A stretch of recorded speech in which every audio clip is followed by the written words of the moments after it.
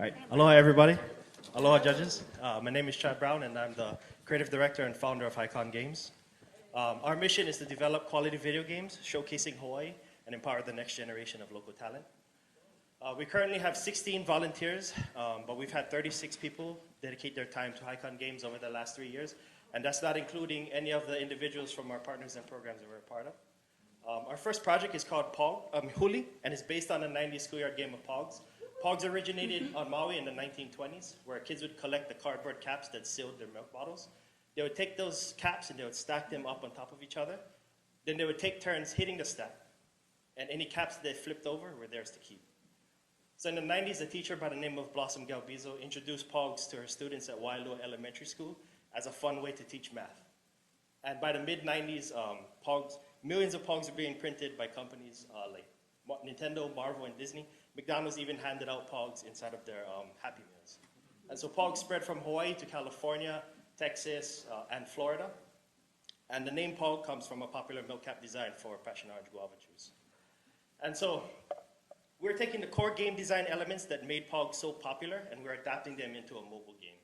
And so in Huli, you can collect hundreds of original milk cap designs from local artists and brands, and you can risk it all by challenging your friends online anywhere in the world. And so Huli will launch as a free download on iOS and Android devices, and there are a few ways that we can generate revenue. Huli will have in-game microtransactions where you can purchase Pog packs, you can purchase cosmetic items to customize your avatar, and you can also purchase additional content like single-player levels and seasonal items that we plan to add down the line. Huli will also have in-game advertisements. We're going to track how big our player base is, how often they play our game, what are their favorite cap designs, what game modes they play the most. And we're going to use those analytics to create advertisement packages for local businesses. On Huli's launch day, we're throwing a 100-player tournament called Huli 100. We're partnering with Hawaii's Finest, one of Hawaii's most popular t-shirt brands, to host an all-day event at their new location in Kamakana. The tournament will be a $10 buy-in with $1,000 in cash prizes. We're going to have live entertainment from local musicians. We got some local celebrities coming out. We're going to do giveaways and other family-friendly activities throughout the day. So we are spreading the word by sharing our story on social media. We're creating commercials for TV and radio. We're trying to get onto the news stations and into newspapers, and we're also printing flyers to hand out at a few local events. So in 2018, we launched our Kickstarter for Huli, and we raised a little over $10,000. This year, we raised an additional $6,000.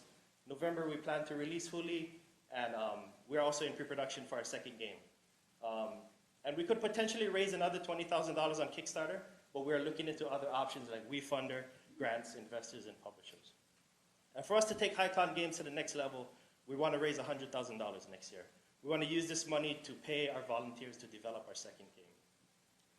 And so what is it that we're trying to achieve with HICON Games? Well, first of all, we want to develop fun games. We want our players to be immersed in the worlds. We want their emotions to be moved by the characters that we create, and we want them to be engaged in our gameplay mechanics. We want to grow HICON Games so that we can pay our employees what they deserve. We want them to stay here in Hawaii, keep the talent here, they can pay their bills, and they can work on the projects that they love. We also want to raise the bar on what's possible here in Hawaii. So HICON Games is the only studio in Hawaii to raise $10,000 through crowdfunding to develop a video game. In November, Huli will be the only multiplayer game on the market developed in Hawaii by Hawaiians. And HICON Games is the only video game studio in Hawaii that is currently offering internship opportunities for students at UH West Oahu. We currently have 2 interns that work the minimum of 120 hours, and they get 3 college credits. And so we want to keep pushing into uncharted territory, map out what's possible so that the next generation can take it even further. And pretty much that's all I can fit in 5 minutes. So if you guys want to know more, you guys can shoot me an email or just pull me to the side and we can talk story today. Thank you.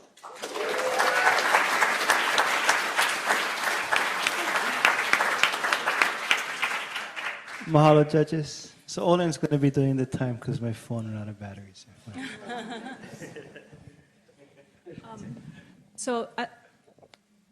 It looks like you've spent most of your effort on the first Pogs game, and you're going to have more games on the line. What is your cycle for game development? How long does it take you? And the cash that you're trying to raise, how many games will that get you through? Because game development studios, it's like you got to have a game that hits, otherwise you just keep churning out more games. You know, with this being our first project, all of us are volunteers, so it's kind of a learning experience. In the beginning, it was just me and one programmer doing prototypes and stuff, and then I got a little bit team. We did the Kickstarter, and really over the last year we put in a lot of effort into Huli. So with that $100,000, we want to look at like maybe a year-long development cycle for a second game, and use that money to kind of fund where we need it to be. Kind of be flexible with that cash to adjust to like what we need for the project. Kind of just to follow up on that same logic. So, do you know how many hours you put into developing a game on average, and then what the tipping point is in terms of your financial model and what is that? So with Huli, we didn't track any of the time, how long it took to do the artwork and stuff. But that is definitely something that we're going to do, because we're in the pre-production stage right now, but I want to make sure we use the right tools or tracking to make sure that like when we create an artwork, we know how much hours is being produced on that, and then so we can adjust. So you guys have a really standard business model for your industry, which is great. Do you know right now how many people have to download your app and what engagement level you have to have each month to make the ad revenue work? I mean, we're just trying to release it to as many people. I mean, we're trying to create as much buzz and release it to as many people as possible. But on the free-to-play aspect, a really small percentage of the people really bring in a lot of your money. So we're just trying our best to really spread the word as big as we can, make it a huge event. And, you know, like with our Kickstarter, we did a funny commercial. We want to add value with our commercials and stuff. And so, like, we got about 100,000 views and one on the social media. And so, you know, we really just want to keep on doing that, make sure there's value in our promotional material and all of that, and try to spread the word and just release it to as much people as possible, see how it ends up. So is the only revenue source just ad revenue? I heard you mention branding opportunities for companies as well. So is that another additional revenue source? Yeah. So I mean, there's in-game microtransactions is one, so that's directly from the players, and then the other one is the in-game advertisements.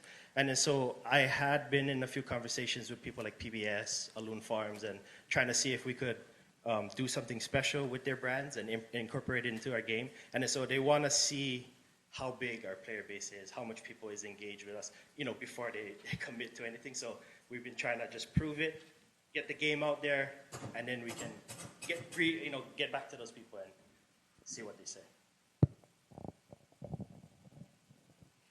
So I love the whole POG thing. That was fabulous. I actually have seen people playing around with that one. So, you know, what are the kinds of criteria that you're looking at to excite folks to play these games, and how are they connected to Hawaii? How are you thinking about that? So with Huli, as you saw, I mean, get deep connection. I mean, the 1920s, even further back, plantation and all of this kind of stuff. So, I mean, this is more local Hawaii. And so we do have plans for more traditional storytelling with our next games and whatnot. But sorry, I kind of went blank out on what was the question? I kind of went off on that one. Well, you know, people only play the games because they have different elements of it that are really exciting and challenging, right?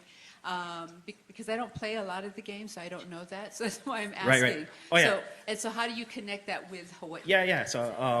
So with trying to get people to draw into our game. For one, our game, from my experience, our gameplay is really fun. You know, you keep doing the same thing over and over, so it has to be fun for you to engage in the same activity over and over and over again. And then we add in a layer of we have all of these brands like Hawaii's Finest, some of these popular people, where they want to collect all of these designs. And then so with Huli specifically, we wanted to start really small. Like the name, right? Huli, right, means to like flip, turn over. Like we want to incorporate teaching moments here and there in easy ways. Like we have an Aumakua collection in the game. We have a local artist, so Kamu's brother, Solomon Enos, is one of the artists inside of our game. And so we hope to bring light to a lot of these, artists and brands and certain things to our game. So. Mahalo nui. Thank you, everybody. Thank you.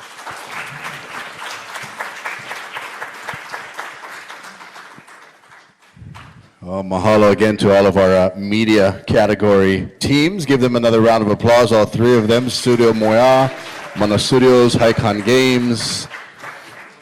And of course, as we continue on, a lot of people, how's about a round of applause, first of all, for the Purple Prize team? And everybody, give them the Pai Pai Lima.